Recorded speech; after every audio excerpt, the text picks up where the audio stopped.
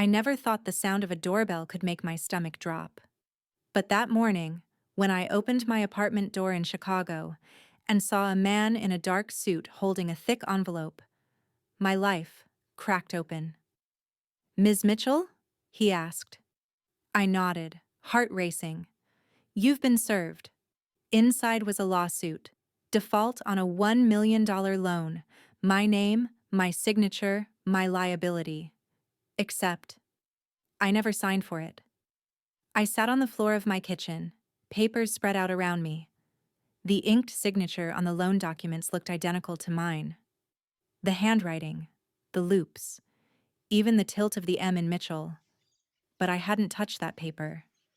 And the co-signers? My parents. When I called them in shock, their voices were maddeningly calm. "Olivia," Mom said, "it was a family decision. Ryan needed capital for his business. We knew you'd understand." Understand? That they had forged my name, shackled me with $1 million debt, and handed my future to a reckless brother with a history of failures? My hands trembled, but my voice was ice. That was the day my parents stopped being my safety net and became my greatest threat.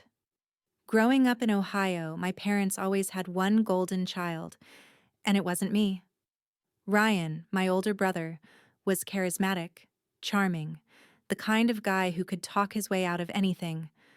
My parents adored him, bailed him out of every mess: speeding tickets, bad investments, even rehab stints. Me? I was the responsible one, the straight-A student, the quiet achiever. They didn't brag about me at parties. I was just reliable. By the time I graduated college with an engineering degree, Ryan had already failed 3 startups. But my parents still believed he'd be the next Steve Jobs.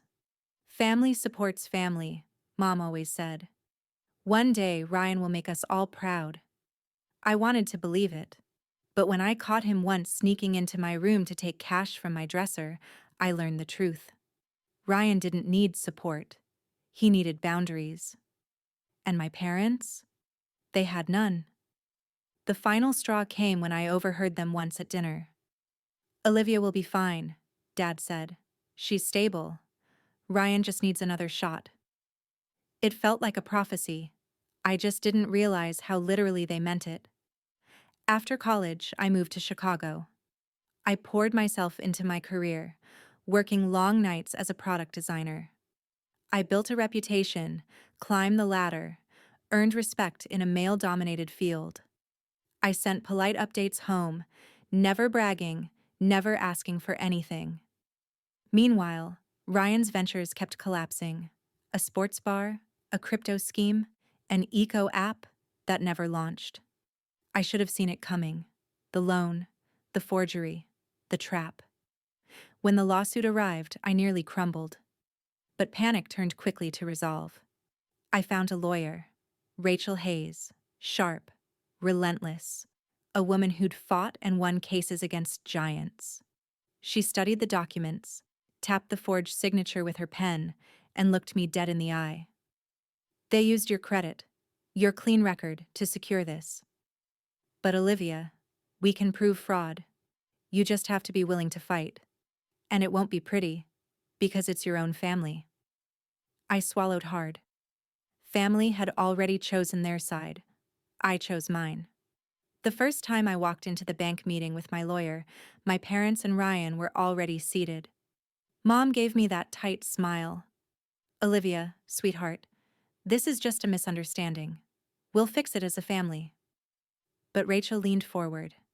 "This wasn't a misunderstanding, this was forgery, and forgery is a felony." The banker, Mark Daniels, cleared his throat. "The loan was processed with full verification." "Verification?" Rachel snapped. "My client was in New York the day these documents were supposedly signed in Ohio. Here's her flight record, here's her hotel bill, here's surveillance footage time-stamped." The room went silent. I turned to my parents. "How could you? Did you even think about what this would do to me?" Dad looked away. Mom stiffened. Ryan shrugged. It was for the greater good, he said. I needed the capital. You wouldn't understand. I laughed bitterly. Greater good? You bought a Tesla and rented a penthouse. That's where the money went. Faces in the room shifted. The banker, the lawyers. The truth was out. When Rachel presented the forensic handwriting analysis proving the signature was forged, the case shattered wide open. The bank dropped liability from my name, turning its focus on the real culprits. And for the first time in my life, my parents looked small. In the weeks that followed, my parents called endlessly, begging, pleading. Olivia, please, we didn't mean to hurt you. Can't you tell the court you knew? Save us from charges? But I'd spent too many years being the backup plan for Ryan's failures. I agreed to meet them. One last time. We sat in the kitchen of the house I grew up in, the walls filled with family photos that now felt like lies. I'll help, I said slowly, but on my terms. They leaned forward, hopeful. You will both sign over the deed of this house. Every cent of value goes toward paying off Ryan's mess. And Ryan, you're cut off. No more bailouts. No more loans. You stand on your own. Ryan exploded. You can't do this. I met his glare. I just did, Mom cried. Dad stayed silent. But eventually, they signed. It wasn't forgiveness. It was boundaries carved in steel. Months later, I stood on the rooftop of my Chicago apartment, watching the city lights flicker like stars. The lawsuit was behind me. My name was cleared. My finances safe. My parents still called sometimes, their voices softer, subdued. Ryan had disappeared into yet another business venture, this time without a safety net. And me?